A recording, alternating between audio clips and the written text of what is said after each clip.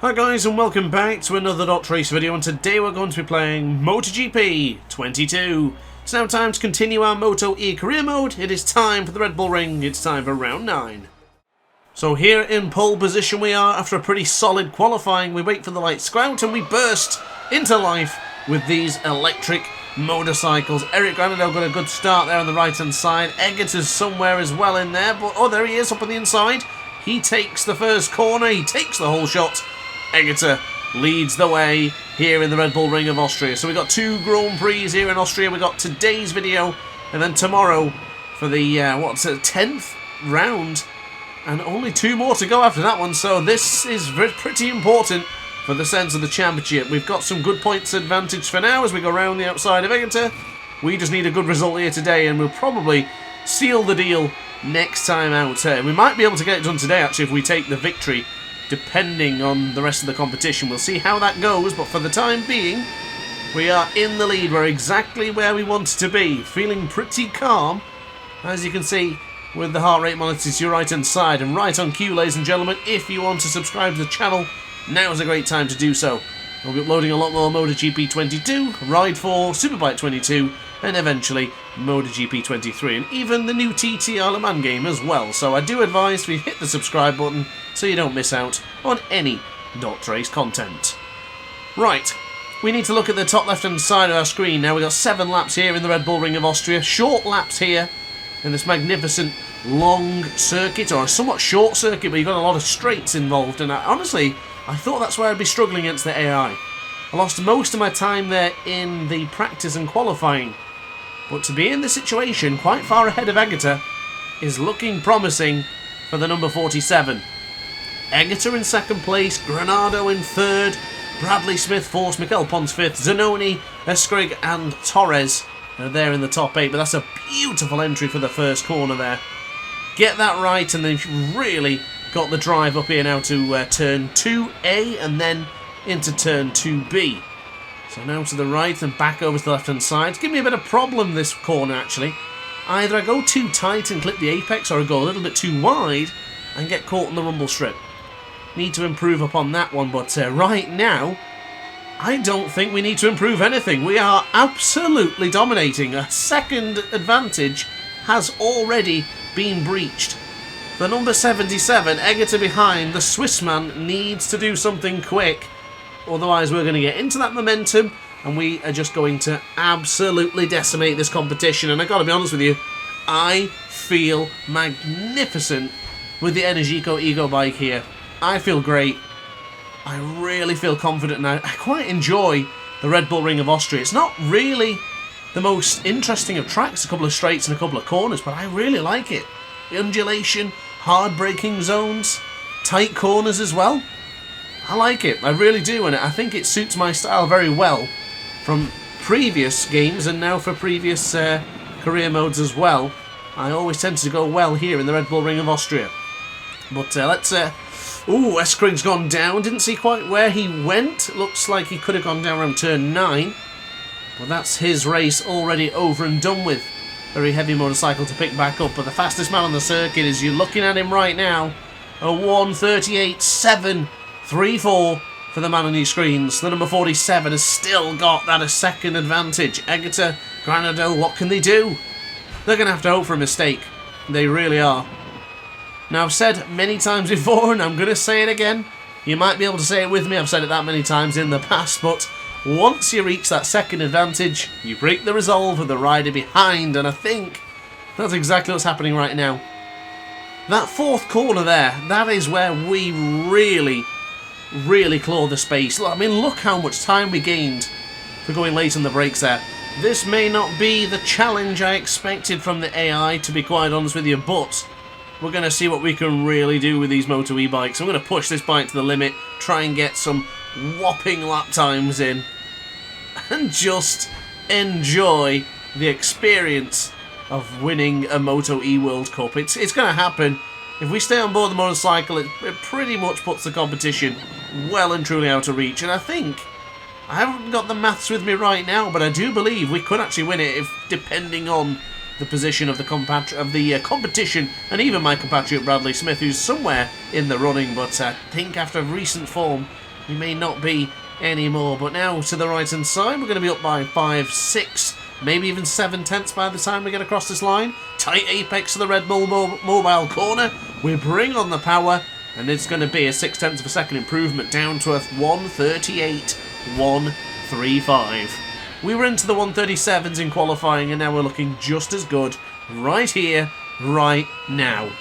Lap 4 of 7, and this is the consistency that we were looking for.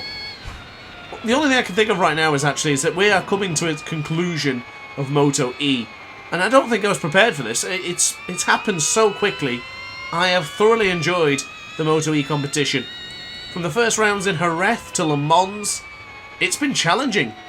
But the more this season has gone on, the better we have become, and the better I feel with these bikes. It's feeling one with the bike right now. One with the Energica Ego, and I absolutely love them. And I cannot wait for the Ducati electric bikes in the next video game. When the next MotoGP game comes out, we get the brand new computer game. We're going to have so much fun. We really are. But back to the business.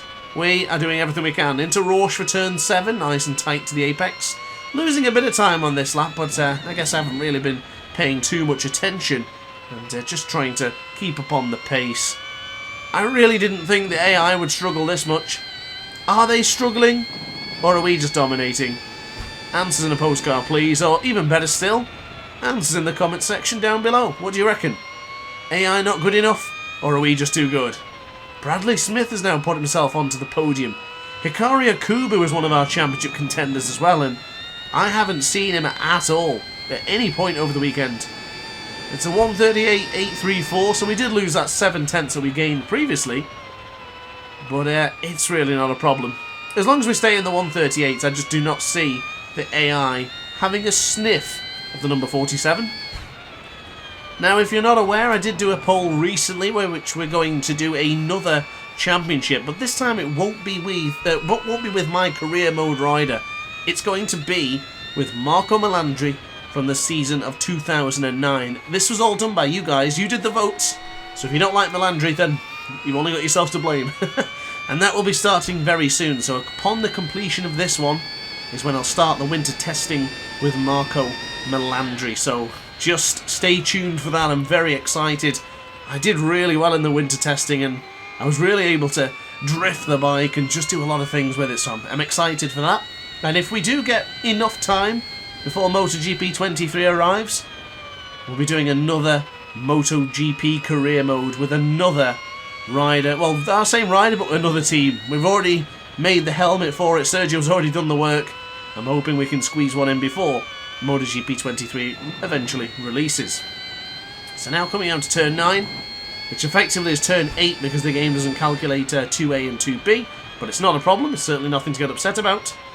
As we go into turn 10 for Rinton. This is probably going to be the easiest commentary job I've had all season. This is a delight. It's easy, it's relaxed, it's chilled, and it's another solid lap time.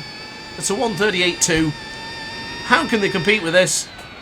We've got another race tomorrow, boys and girls, and I'm pretty much on fire. DrAce is in fuego. Absolutely loving life. The LCR E team will be pleased. It's not been great, to be honest. We are going to win the Teams Championship as well as the Riders Championship, as I make that small mistake. But I think Mikel Pons, Eric Granado, they should have been on the podium more.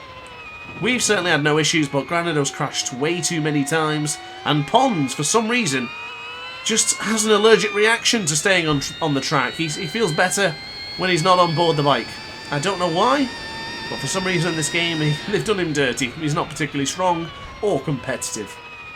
But now into the Schlossgold for turn 5. Down into that heavy braking part. It's not an easy corner to get right there. And neither is this. I tend to... Oh, right on cue. I was just about to tell you and alert you to the fact that I do go quite aggressive on the acceleration there. And it was right on cue. The red tyre appeared on the graphic in the bottom right-hand corner of your screen. So now with a quick change of direction into turn 9 again, we're going to bring on the power. Certainly not an Andrea Dovizioso versus Marquez moment. It's just going to be us cruising to the finish line. 5 seconds clear from the competition. I didn't even think it was possible to get that much on 120% difficulty. We have absolutely decimated them. This is going to be another solid lap time. It's a 1:38.4, 1:38.3. Wow. Just easy peasy, ladies and gentlemen. We are going to become the... Oh! Steady! Easy on, easy tiger. But we will become the MotoE World Cup winner. Now, unfortunately, it didn't actually claim championship status until this year. So the winner from this season will be declared the world champion rather than the MotoE World Cup winner. If you weren't aware of that, then that's a relatively new thing that you had to qualify for to have that distinction for this electric championship. So back onto the small straight again, firm on the brakes. We could be looking at a 6-second advantage here to my compatriot in second place. Just noticed Kevin Zannoni's found himself up into the top 3, so good job for the number 21. Egerter has fallen by the wayside, and the same can be said for one of our 2 teammates. Eric Granado slipping down to 5th, Mark Alcoba having a good ride there in 6th, with Mikel Pons and Jordi Torres in 7th and 8th respectively. Little bit gentle upon the brakes there going into the left-hand side, a bit tentative, which has cost us a dramatic amount of time, but honestly, we're going to stay in the 1:38s again, and that is a good enough job for me in my books. It's been a pretty comfortable race. I apologise it wasn't the most anticipatingly exciting on the edge of your seat stuff, but hey, it is what it is, and I do believe we are going to become the MotoE World Cup winner. So there you are then, guys. The results are on the screen as follows. We did take the World Cup Championship, whatever you call it. Bradley Smith in 2nd and Kevin Zannoni in 3rd. And Eric Granado, due to him not finishing on the podium, has given us the Riders' Championship. With 3 races to go, 86 points clear from the team at Granado and 90 clear from Matteo Ferrari, as Akuria Kubu dropped 2 places there with a very dismal finish here today. But let's have a look at the Teams Championship. It's not really close, but it's good news for us. It's good stuff. We are leading by 143 points. There's no way the competition can close us down now. So that is the job done and dusted. So guys, thank you very much for watching the video. I do hope you enjoyed. If you did, let me know in the comments section down below. And if you want to see more content just like this, be sure to subscribe. Thanks for watching, guys. Consider becoming a member of the DrAce pit crew, and I'll see you in the next video. Ciao for now. Oh hi, didn't quite see you there. Good to see you still here. If this video didn't quite sate your appetite, then why not watch some more DrAce content by clicking the video shown on screen now. Furthermore, if you would like to follow me on social media, you can do so now with the links down in the description. Consider subscribing so you don't miss a single DrAce video.